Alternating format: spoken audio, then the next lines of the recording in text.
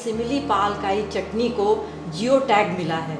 आज हमारे बीच में एक ट्राइबल आदिवासी उड़ीसा की रहने वाली महिला है। लाल चींटी को लाते हैं और कैसे चटनी बनाते हैं और क्यों खाते हैं। जंगल जाते हैं और पेड़ से काट कर नीचे गिरा कर उसको लाके धनिया मिलाते हैं, टमाटर मिलाते हैं, मिर्च मिलाते हैं, सिलबट्टा से पीसते हैं, चटनी बन जाता है। उसको पीस करके चावल के साथ हम लोग खाते हैं, बहुत ही अच्छी टेस्टी है। अब जब इंडिया इंटरनेशनली जा रहा है कि टैग मिले, तो अब पाकिस्तान बीच में आ रहा है कि नहीं हमारे यहाँ हो रहा है, ये भी बात हो रही है। जी, नॉट ओनली पाकिस्तान, अगर आप रिसेंट न्यूज में देखें, इवन नेपाल नेपाल भी बोल रहा है कि हम भी बासमती प्रोडक्शन करते हैं। लोगों को जैसे आजकल शोबाजी का शौक है, अब आप देखते हो कि मतलब कोई भी शॉप है सब स्विस वॉच बेच रही, तो actually Swiss watch is a geo tag. आजकल कॉपी इतनी हो रही है ना, हम एज ए ऑर्डिनरी कंज्यूमर हमें इमीडिएटली यही लगता है कि ये घड़ी स्विट्जरलैंड में बनाई गई है, बहुत सारी डुप्लीकेट बनारसी सिल्क साड़ी मिल जाएगी। लेकिन ये है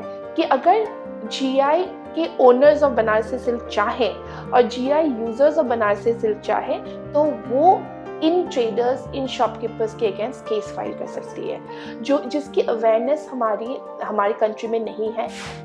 नमस्कार, आज का विषय है भौगोलिक संकेत या फिर जियोग्राफिकल इंडिकेशन। ये एक बड़ा यूनिक टॉपिक है। हाल ही में मैंने कई लेख पढ़ा, उसमें ये लिखा हुआ था कि सिमिली पाल काई चटनी को जियो टैग मिला है। तो मेरे को उत्सुकता हो गई कि ये है क्या चीज़। मैंने और इसकी रिसर्च करी तो पता चला कि 2 जनवरी 2024 को इस चटनी को, सिमली पाल काई चटनी को जियो टैग मिला है। और ये मयूरगंज के उड़ीसा इलाके में एक कम्युनिटी है ट्राइबल, वो बनाती है और वहाँ का ये चावल के संग खाते हैं। आपको जानकर ये आश्चर्य होगा कि ये चटनी रेड वीवर्स एंट मतलब लाल चींटियों से बनाई जाती है और उसके अंडों से बनाई जाती है, और उसमें कई ये लोग मसाले टमाटर वगैरह डाल के बनाते हैं। और ये मानना है कि इसमें न्यूट्रिशनल वैल्यू भी है और मेडिसिनल वैल्यू भी है।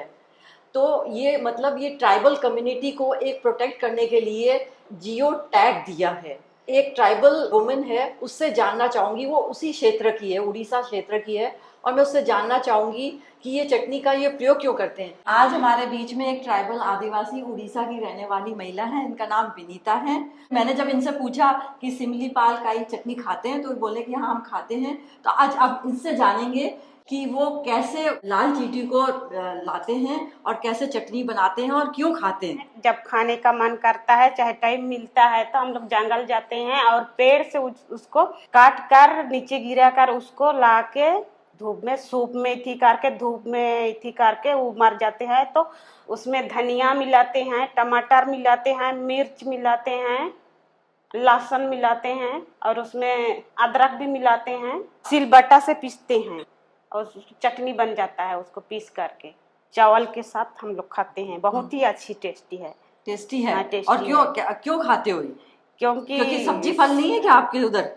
सब कुछ है, सब्जी फल भी, लेकिन वो भी खाने का चीज ही है, इसीलिए हम लोग खाते हैं। और उसमें ताकत होता है और कुछ डेंगू वेंगू बीमारी नहीं होता है, इसीलिए उसको खाते हैं। जैसे भारत में अब इसको लोकप्रियता मिल गई है, तो अब ये जो आपके क्षेत्र के लोग हैं ये इसी को बेच पाएंगे। तो बहुत बिकता है। जो व्यापारी करते हैं ना, वो लोग खरीद के और दूसरा बाजार लेके जाते हैं, मतलब उड़ीसा तरफ लेके जाते हैं। सिमली पाल की चटनी को क्या बोलते हो? आपकी भाषा में क्या बोलते हो? हाउ बोलते हैं, हम लोग का भाषा में मुंडारी भाषा होता है, मुंडारी भाषा बोलता है उसको हाउ बोलते हैं। और सादरी भाषा में बोलते हैं उसको देमता बोलते हैं, और खेड़िया भाषा में बोलते हैं उसको कुपुंग बोलते हैं। तो आप देखिए कि उस क्षेत्र की उस कलनरी स्पेशलिटी को जियो टैग मिला है। पर आपको ये आश्चर्य होगा ना कि ये कैसे मिलता है, क्यों मिलता है। इसकी विस्तृत जानकारी हम डॉक्टर जुपी गोगोई से लेंगे, और ये एक बौद्धिक संपदा अधिकारों की बहुत अच्छी जानकारी रखती है। Welcome doctor Jupi Gogoi. Thank you and nice to have you on the show. Tell me something about you. नमस्कार, मैं डॉक्टर जुपी गोगोई हूँ, फैकल्टी ऑफ लॉ में, दिल्ली यूनिवर्सिटी में असिस्टेंट प्रोफेसर हूँ, और मैं ज्योग्राफिकल इंडिकेशन, भौगोलिक संकेत के विषय में लगभग 10 सालों से मैं इस विषय में रिसर्च कर रही हूँ। ज्योग्राफिकल इंडिकेशन या भौगोलिक संकेत क्या है, मैं इसको समझाना चाहूँगी दर्शकों को कुछ प्रश्न करके। आपको अगर चाय खरीदना है तो आप दार्जिलिंग की चाय या असम की चाय को क्यों प्रेफर करते हैं? आप अगर बाजार जाते हैं ऑरेंजेस खरीदने के लिए, आप नागपुर के ऑरेंजेस को क्यों प्रेफर करते हैं? कोई फोटोग्राफी का शौकीन है, वो मेड इन जापान कैमरा क्यों प्रेफर करता है?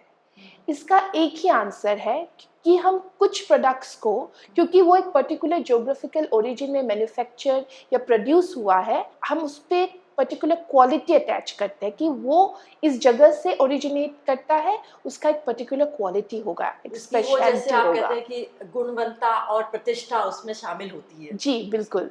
सो हम इसीलिए Nagpur oranges, Darjeeling T, Assam T या मेड इन जापान कैमरा को प्रेफर करते हैं। सो ज्योग्राफिकल इंडिकेशन या भौगोलिक संकेत एक ऐसा संकेत या इंडिकेशन है जो कि प्रोडक्ट पे या प्रोडक्ट के पैकेजिंग में पाया जाता है, जिससे ऑडियंस को ये समझ में आता है कि this product has come from this particular area, और बिकॉज ये प्रोडक्ट इस एरिया से आया है, इस क्षेत्र से आया है, इस प्रोडक्ट का एक पर्टिकुलर क्वालिटी है या एक पर्टिकुलर रेपुटेशन है। एक बासमती कंट्रोवर्सी हुई थी। हाँ, बासमती चावल का मैंने काफी सुना कि मतलब इंडिया में भी कई कई जैसे ये स्टेट्स बना रहे हैं बासमती राइस, जी तो वो कह रहे हैं कि हमारी स्टेट का है, वो कह रहे हैं हमारी स्टेट का है। जी फिर जब इंटरनेशनल मार्केट में गए तो ये पता चला कि भाई पाकिस्तान और इंडिया की लड़ाई हो रही है। पाकिस्तान बोल रही है हमारा क्षेत्र का है, इंडिया बोल रहा है हमारा क्षेत्र का है। जी। तो ये आप विस्तृत में बताइए कि है क्या एक्चुअली ये मुद्दा। जी, ये हुआ था अमेरिका में। अमेरिका में एक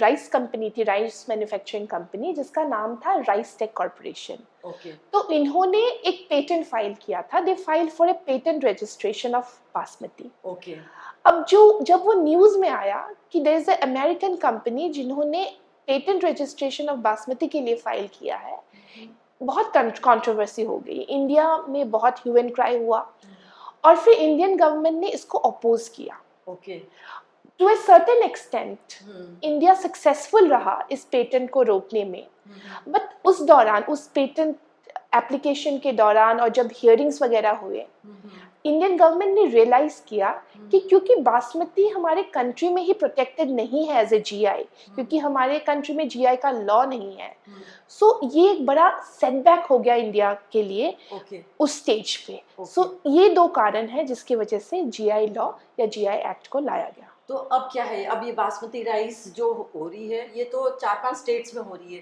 तो जी। 4-5 स्टेट्स को मिल गया जीआई टैग? जी, ऐसे कुछ काफ़ी सारे प्रोडक्ट्स होते हैं जो कि एक स्टेट पे लिमिटेड नहीं है, वो बिकॉज उनमें ज्योग्राफिकल सिमिलैरिटी है या लोग आना जाना बरसों से करते रहते हैं। तो और आपको पता होगा कि अगर गेहूं पंजाब में होता है तो गेहूं हरियाणा में भी होता है, तो इस तरह से बासमती सिर्फ एक स्टेट में ही प्रोडक्शन नहीं होता है, तो काफी पंजाब में भी होता है, एमपी में भी होता है, यूपी में भी होता है। पर इन सबको जीआई टैग मिल गया। जी, तो इन सारे स्टेट्स को जीआई टैग मिल गया इकट्ठा। ये भी सुनने में आया था कि कोई अंग्रेज बाहर से आए और यहाँ से उन्होंने बासमती का वो लेके गए जो भी सैंपल वगैरह, और उन्होंने वहाँ डेवलप कर दिया और उन्होंने अपना वो बना लिया कि हाँ ये बासमती है। फिर जैसे इंडिया ने, आपने बोला कि इंडिया ने फाइट किया जी, फिर इन्होंने इधर नियम लाए जी। पर अब जब इंडिया इंटरनेशनली जा रहा है कि टैग मिले, तो अब पाकिस्तान बीच में आ रहा है कि नहीं हमारे यहाँ उग रहा है, ये भी बात हो रही है। जी, नॉट ओनली पाकिस्तान, अगर आप रिसेंट न्यूज में देखें, इवन नेपाल, अच्छा, नेपाल भी बोल रहा है कि हम भी बासमती प्रोडक्शन करते हैं। ओके। और ये गलत भी नहीं है, क्योंकि इतनी ज्योग्राफिकल सिमिलैरिटी है। अब इंडिया पाकिस्तान की अगर हम एग्रीकल्चरल प्रोडक्ट्स देखें, बहुत सिमिलैरिटीज है, क्योंकि दोनों कंट्रीज बिल्कुल आसपास है, नेबरिंग कंट्रीज हैं। सो इंटरनेशनली प्रॉब्लम ये आ रहा है कि जब भी इंडिया लेट्स से ऑस्ट्रेलिया में जीआई रजिस्ट्रेशन के लिए फाइल कर रही है, तो पाकिस्तान इसको अपोज कर रहा है कि नहीं, इंडिया को ही सिर्फ बासमती राइस का जीआई टैग नहीं मिलना चाहिए ऑस्ट्रेलिया में, हमें भी मिलना चाहिए, और ये गलत भी नहीं है। सो इसका एक ही सोल्यूशन है कि इंडिया और पाकिस्तान इकट्ठा ऑस्ट्रेलिया में जीआई रजिस्ट्रेशन के लिए फाइल करें। जी, तो ये हो गया? अब तक हुआ नहीं है, क्योंकि डिप्लोमेटिक रिलेशंस ऐसे ही है। जो भी ये एक लाइसेंस तो है नहीं कि किसी व्यक्ति को मिल जाए या कंपनी को मिल जाए, ये तो एक जैसे आपने एक्सप्लेन किया, ये कम्युनिटी राइट है किसी इंडिविजुअल कंपनी को नहीं मिल सकता। तो आप इसके बारे में बताइए कि कैसे इसको लें और कौन इस्तेमाल करेगा इसको। जी, जो ज्योग्राफिकल इंडिकेशन या भौगोलिक संकेत है, इंडिया में इसके लिए एक लॉ है जिसको geographical indications protection and registration act 1999 हम कहते हैं। अब इस कॉन्सेप्ट को समझने के लिए कि कौन जीआई टैग प्राप्त कर सकता है और कौन जीआई टैग इस्तेमाल कर सकता है, हमें दो चीज़ों को ध्यान में रखना होगा। ओके। एक कंसेप्ट है ज्योग्राफिकल प्रोप्राइटर या owner, and the other concept is geographical indication registered user. मतलब एक होता है ओनर, एक होता है यूजर, और हमें इन दोनों में जो डिफरेंस है इसको समझना होगा। अब as per the law, geographical indication tag के लिए एक एप्लीकेशन फाइल करना होता है। वो कम्युनिटी फाइल करेगी कि पर्टिकुलर पर्सन करेगा?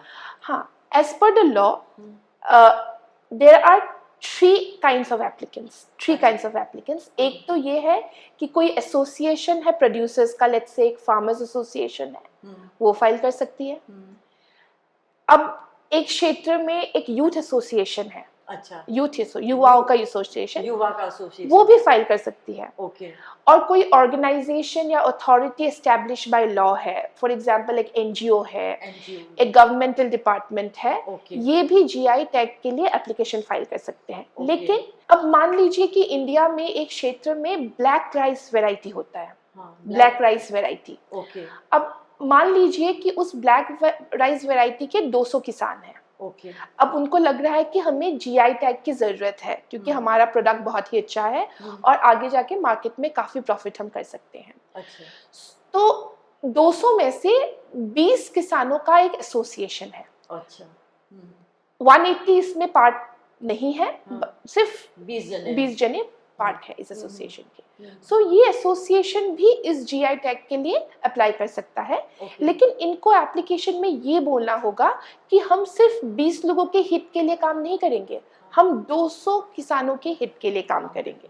कोई गवर्नमेंट ऑर्गेनाइजेशन है, गवर्नमेंट बॉडी है, गवर्नमेंट बॉडी भी जीआई टैग के लिए फाइल कर सकता है इन 200 किसानों के को रिप्रेजेंट करते हुए। बट गवर्नमेंट बॉडी को भी ये एफिडेविट देनी होगी कि हम 200 जो किसान हैं ब्लैक राइस के, इनके हित के लिए काम करेंगे। सो ये कैटेगरीज ऑफ एप्लीकेंट्स हैं। कर्नाटका का जो हॉर्टिकल्चर डिपार्टमेंट है वो बड़ा ही प्रोएक्टिव रहा है। तो कर्नाटक के हॉर्टिकल्चर डिपार्टमेंट ने काफी सारे प्रोडक्ट्स का जीआई टैग ऑब्टेन किया है। जैसे फॉर एग्जांपल उडुपी के मोगरा फ्लावर्स, अच्छा, बैंगलोर ब्लू ग्रेप्स, कुर्ग के ऑरेंजेस, सो सारे जीआई टैग को कर्नाटक के हॉर्टिकल्चर डिपार्टमेंट में प्राप्त किया है। अब ये हॉर्टिकल्चर डिपार्टमेंट प्रोड्यूसर तो नहीं है, फार्मर तो नहीं है, राइट? लेकिन इन्होंने बस उस जीआई टैग को प्राप्त किया है, ऑब्टेन किया है। वो असाइन कर सकते हैं उस व्यक्ति को। जी बिल्कुल। मैं वही बताने जा रही थी कि और एक रजिस्टर्ड जीआई है गुजरात से जो कि कच्छ एम्ब्रॉयडरी है। अब मान लीजिए कि मैं एक कारीगर हूँ जो कि कच्छ एम्ब्रॉयडरी की कारीगर हूँ और मुझे पता चल गया कि जीआई टैग मिला है कच्छ एम्ब्रॉयडरी को और मैं किसी एग्जीबिशन में अपने प्रोडक्ट्स को लेके जा रही हूँ और मुझे ये बताया गया था कि अगर मैं जीआई टैग ऑब्टेन कर देती हूँ, जीआई रजिस्टर्ड यूजर बन जाती हूँ, तो मेरे लिए फायदेमंद होगा। तो मैं क्या कर सकती हूँ कि मैं जो रजिस्टर्ड प्रोप्राइटर है कच्छ एम्ब्रॉयडरी की, वो मिनिस्ट्री ऑफ टेक्सटाइल का डेवलपमेंट कमिश्नर है। तो मैं एक फॉर्म ले सकती हूँ, फॉर्म को भर सकती हूँ कि मैं एक जेन्युइन कारीगर हूँ कच्छ एम्ब्रॉयडरी की और मुझे यूज करने का राइट मिला जाए। अगर आप बीकानेरी भुजिया के बारे में बोले, ये भी एक जीआई टैग है, इसमें भी एक जीआई टैग है। जो भी बीकानेरी एरिया में बीकानेरी भुजिया का प्रोडक्शन करता हो, उन सबको राइट है इस जीआई टैग को यूज करने का, प्रोवाइडेड वो फॉर्म फिलअप करें और जीआई रजिस्ट्री उनको सर्टिफिकेट दे दे। बीकानेरी भुजिया दिल्ली में बन रहा है तब, क्योंकि वो उधर नहीं बन रहा बीकानेर में, तब वो कैसे? तब अगर दिल्ली में आप भुजिया बना रहे हो और उसको बीकानेरी भुजिया के नाम से बेचना चाहते हो, तब वो पॉसिबल नहीं है क्योंकि तब वो लॉ का इन्फ्रिंजमेंट हो जाएगा, लॉ का वायलेशन हो जाएगा। But then Haldiram has a factory in Delhi and he's making in Delhi. Does he has the right to use Bikaneri Bhujia name? only if the raw material Is is from- sourced from Bikaner, तभी वो बीकानेरी भुजिया के नाम से cell कर So पाएंगे. maybe they are doing that. They are Yes, sourcing I'm the sure they are product. doing that. Okay. क्योंकि otherwise वो law का वायलेशन हो जाएगा. ओके, इंडिया का कोई उत्पाद है और उनको अंतर्राष्ट्रीय मार्केट में लेना है जीआई टैग, तो वो कैसे प्राप्त करें? जी, एक्चुअली इंटरनेशनली रजिस्टर करने के लिए सबसे इजीएस्ट वे है वर्ल्ड इंटेलेक्चुअल प्रॉपर्टी ऑर्गेनाइजेशन के नाम से एक ऑर्गेनाइजेशन है जो कि यूनाइटेड नेशंस की एक स्पेशलाइज्ड बॉडी है. ओके. अब वो स्पेशलाइज्ड बॉडी आपको हेल्प कर सकती है कि आप एक एप्लीकेशन डाल के आपको 4-5 कंट्रीज में या 10 कंट्रीज में भी जीआई रजिस्ट्रेशन मिल सकता है. अब बेसिकली एक इंटरनेशनल अग्रीमेंट है जो कि वर्ल्ड इंटेलेक्चुअल प्रॉपर्टी ऑर्गेनाइजेशन के तहत है, जिसका नाम है Lisbon agreement for एपिलेशन of origin. और ये लिस्बन में ही हुआ था, मतलब साइन हुआ था. लिस्बन में साइन हुआ था जी. Lisbon is in Spain. is in Spain, definitely. So Lisbon Agreement on Appellation of Origin, और इसका एक एक्ट है Geneva act of the Lisbon agreement. इसके अंदर एक सिंप्लीफाइड मेथड है कैसे हम एक एप्लीकेशन से बहुत सारी कंट्रीज में जीआई रजिस्टर कर सकते हैं. लेकिन अनफॉर्चुनेटली प्रॉब्लम ये है कि इंडिया ने अब तक इस एग्रीमेंट को साइन नहीं किया है. तो मतलब आप ले नहीं सकते बाहर. तो अभी अगर हम बाहर दूसरे कंट्रीज में जीआई रजिस्ट्रेशन चाहते हैं तो हमें इंडिविजुअल लेवल पे उस कंट्री में जाना पड़ेगा, वहाँ के लॉयर को कांटेक्ट करना पड़ेगा और उनके लॉ के हिसाब से एप्लीकेशन डालना होगा. केरला से लाइक वो टर्मरिक का पौधा, हाँ, कोई बाहर ले गया और उन्होंने ग्रो कर दिया. हाँ, स्पेशलिटी तो केरला की थी जी, पर वो बाहर ग्रो हो गया तो उन्होंने वहाँ का पेटेंट ले लिया. हाँ, कि भाई वहाँ तो मतलब वो तो फिर वो केरलाइट्स को तो वो हुआ गया ना कि भाई हमारी हाँ. चीज थी. ये बहुत ही ज़रूरी हो गया है आज के टाइम में कि हम जल्द ही अपने प्रोडक्ट्स को आइडेंटिफाई करें और जीआई टैग ऑब्टेन करें ताकि दूसरे इसका यूटिलाइज ना कर पाए. जी. अभी कुछ ही सालों से ये चल रहा था रसगुल्ले की लड़ाई उड़ीसा और बंगाल के बीच में. जी. उड़ीसा वाले कह रहे थे कि हम तो जगन्नाथपुरी में भोग लगाते हैं तो जी. हमको टैग मिलना चाहिए. जी. और बंगाल बोल रहा है कि भाई हमारा रसगुल्ला है. एक्चुअली इस प्रॉब्लम का स्टार्टिंग तब हुआ जब वेस्ट बंगाल ने जीआई रजिस्ट्रेशन के लिए फाइल किया बांग्ला रसगुल्ला. तो उड़ीसा ने अपोज कर दिया कि नहीं, रसगुल्ला जो है वो तो उड़ीसा में ओरिजिनेट हुआ था जगन्नाथपुरी टेम्पल में. अब किसी को ये समझ में नहीं आ रहा था कि रसगुल्ला आप जो भी नाम बोलो वो कभी रजिस्टर नहीं हो सकता है क्योंकि वो प्रोडक्ट का ही जेनेरिक प्रोडक्ट हो चुका है जो कि हर जगह अवेलेबल है. दिल्ली में भी आपको हर मिठाई के दुकान में आपको रसगुल्ला मिल जाएगी. बॉम्बे आप जाओ, चेन्नई आप जाओ, कहीं भी आप जाओ, या आप पाकिस्तान जाओ, नेपाल जाओ, बांग्लादेश जाओ, हर जगह आपको रसगुल्ला मिल जाएगी. तो जीआई रजिस्ट्री जो मेन ऑफिस है, इन्होंने बड़े क्लेवरली डील किया इसको. तो उन्होंने वेस्ट बंगाल वालों को बोला कि अच्छा हम आपको जीआई रजिस्ट्रेशन देते हैं 2 वर्ड्स का, बांग्ला रसगुल्ला. और उड़ीसा वालों को बोला कि हम आपको रजिस्ट्रेशन देते हैं 2 वर्ड्स का, उड़ीसा रसगुल्ला. विच मीन्स दिल्ली में बेस्ड एक मिठाई शॉप आज भी आराम से रसगुल्ला बना सकता है और रसगुल्ले के नाम से ही बेच सकता है. बट वो क्या नहीं कर सकता है कि क्योंकि बांग्ला रसगुल्ला एक रजिस्टर्ड जीआई है, वो अपने रसगुल्ला को बांग्ला रसगुल्ला करके नहीं बेच सकता है. और क्योंकि उड़ीसा रसगुल्ला रजिस्टर्ड है, उड़ीसा रसगुल्ला के नाम से नहीं रजिस्टर कर सकता, नहीं बेच सकता है. बस यही दोनों को मिल गया जी टैग. बिल्कुल बिल्कुल बिल्कुल. लोगों को जैसे आजकल शोबाजी का शौक है. अब आप देखते हो कि मतलब कोई भी शॉप है सब स्विस वॉच बेच रही है. तो actually Swiss watch is a Jio tagged. Swiss watch की बात करते हैं कि मेड इन स्विस होता है तो हाँ. वो लगता है कि अरे भाई ये तो स्विट्जरलैंड की है. पर आजकल कॉपी इतनी हो रही है ना कि एवरी चाइना में जाके वो पार्ट्स कर लेते हैं हाँ. और वो कॉपी हो जाती है. हाँ. तो how can we differentiate between the actual Swiss watch and the Swiss watch जो बिक रही है डुप्लीकेट? स्विस वॉच एक्चुअली एक ज्योग्राफिकल इंडिकेशन है. ओके. क्योंकि ये जो स्विच वॉच के नाम से जो भी मार्केट में वॉचेस हमें मिलती है, घड़ियां हमें मिलती हैं, हम एज ए ऑर्डिनरी कंज्यूमर हमें इमीडिएटली यही लगता है कि ये घड़ी स्विट्जरलैंड में बनाई गई है, क्योंकि ये घड़ी स्विट्जरलैंड में बनाई गई है, ये अच्छे क्वालिटी की घड़ी होगी। और एक्चुअली अगर स्विट्जरलैंड के रूल के हिसाब से ये है कि अगर आप कोई भी घड़ी स्विस वॉच के नाम से आप मार्केटिंग कर रहे हो तो इसमें कुछ कंडीशंस होती हैं, जैसे कि वो वॉच ईदर स्विट्जरलैंड में मैन्युफैक्चर होगी या वॉच का जो मोटर होगा वो मोटर स्विट्जरलैंड में मैन्युफैक्चर होगा, अंदर जो भी वो टूल्स हाँ वगैरह हाँ है वो स्विट्जरलैंड में मैन्युफैक्चर होगा। ये उनका क्राइटेरिया है, तभी आप स्विस वॉच के नाम से आप बेच सकते हो। अब जो डुप्लीकेट प्रोडक्ट्स है, ऐसे देखिए, ऐसे तो बहुत सारे डुप्लीकेट प्रोडक्ट्स है, लेकिन अगर स्विच गवर्नमेंट चाहे, लेट्स से इंडिया में अगर स्विच वॉच के नाम से कोई ऐसी घड़ियां बेच रहे जो स्विट्जरलैंड में नहीं बनाई गई है, तो इसका एक ही सोल्यूशन है कि स्विट्जरलैंड वालों को इंडिया में आके स्विच वॉच को रजिस्टर करना पड़ेगा एज ए जीआई। एक बार रजिस्टर करने के बाद उनके पास राइट्स होंगे, और राइट्स जब होंगे वो तुरंत जो भी मैन्युफैक्चरर है ऐसे डुप्लीकेट प्रोडक्ट्स के अगेंस्ट वो केस फाइल कर सकते हैं। बट ये हो सकता है कि यहाँ पर मतलब क्योंकि अब जीआई उन्होंने अप्लाई नहीं किया हुआ स्विट्जरलैंड में यहाँ पर, तो हो सकता है कि यहाँ पर डुप्लीकेट भी बिक रही हो। अच्छी बिल्कुल, और नॉट ओनली इन इंडिया, बहुत सारी जगहों में। आप, मैं दूसरी एक जीआई के बारे में बात करना चाहती हूँ, बनारसी सिल्क साड़ीज, वो बहुत ही फेमस है, वो भी जीआई है।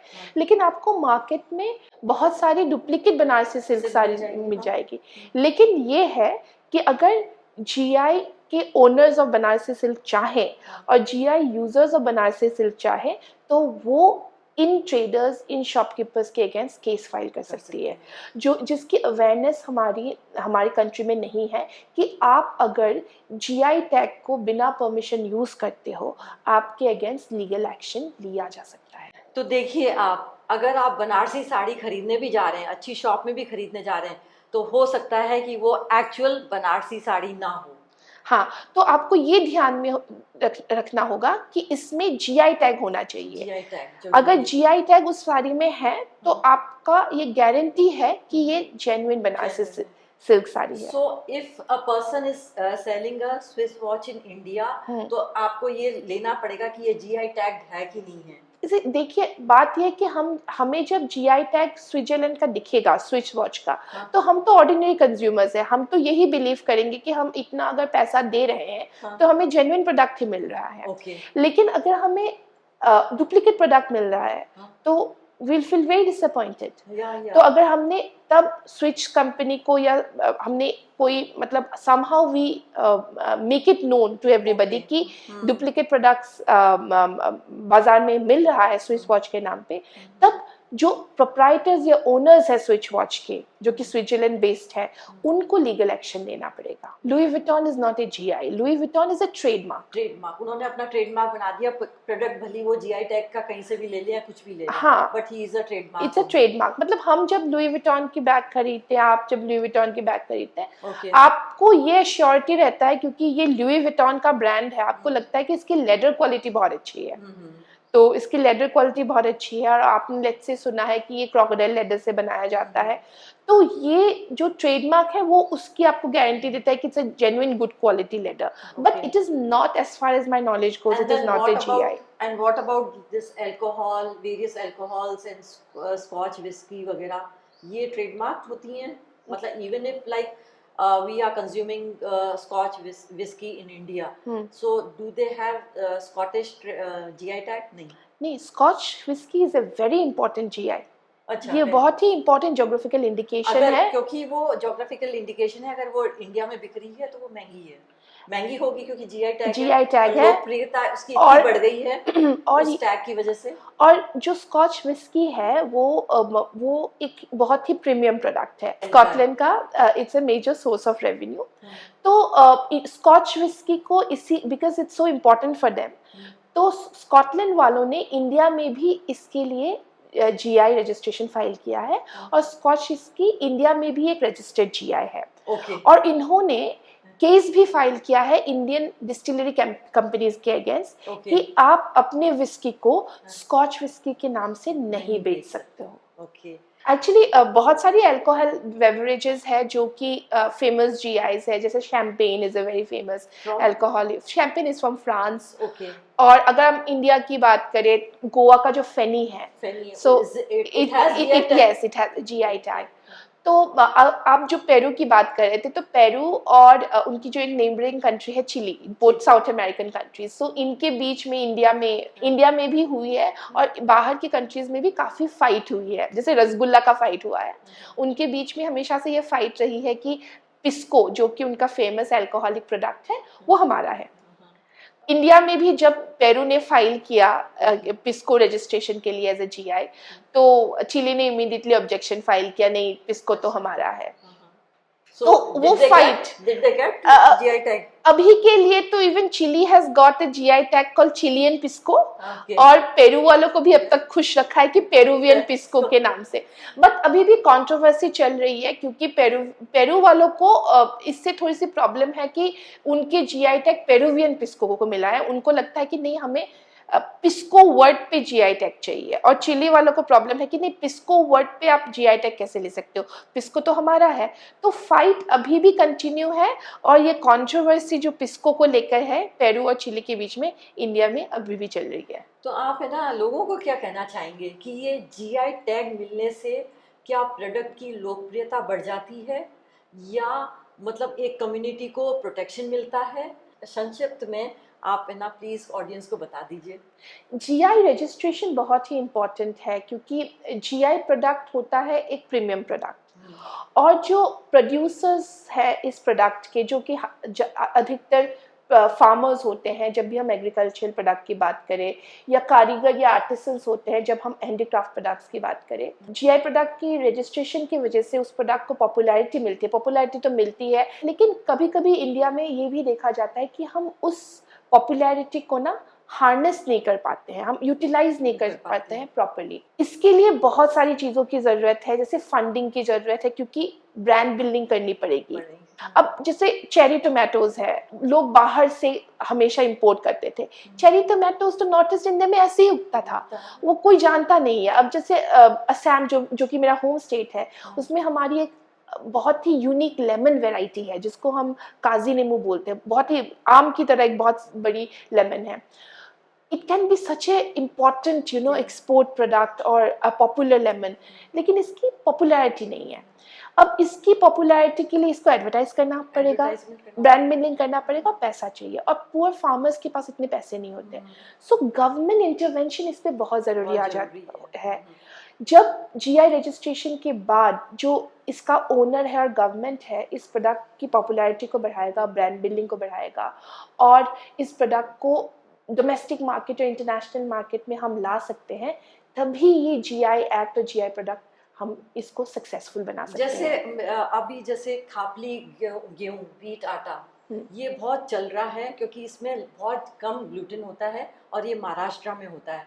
तो इसको अभी जैसे पॉपुलैरिटी मिली है कि सब लोग अब घरों में, मतलब ये ग्लूटेन को सबकी प्रॉब्लम हो गई है, क्योंकि जब हेल्थ की प्रॉब्लम आती है तो सब चीज़ें पहले लोग वहाँ भागते हैं, अरे भाई वहाँ का प्रोडक्ट क्या है कि उसमें ग्लूटेन नहीं है आटे में, उस ग्लूटेन खापली में। तो people are using in excess वहाँ पर कि भाई खापली आटा, कहीं भी जाओ भाई खापली आटे की गेहूं की रोटी खाएंगे हम लोग, तो उसमें ग्लूटेन नहीं है। तो मेरे ख्याल से तो गवर्नमेंट को भी करना चाहिए, कोई स्टेट गवर्नमेंट को भी इसको हेल्प करना चाहिए प्रमोट करने में, बिल्कुल, ताकि जो प्रोडक्ट है, राइट प्रोडक्ट राइट लोगों के पास जाए। बिल्कुल।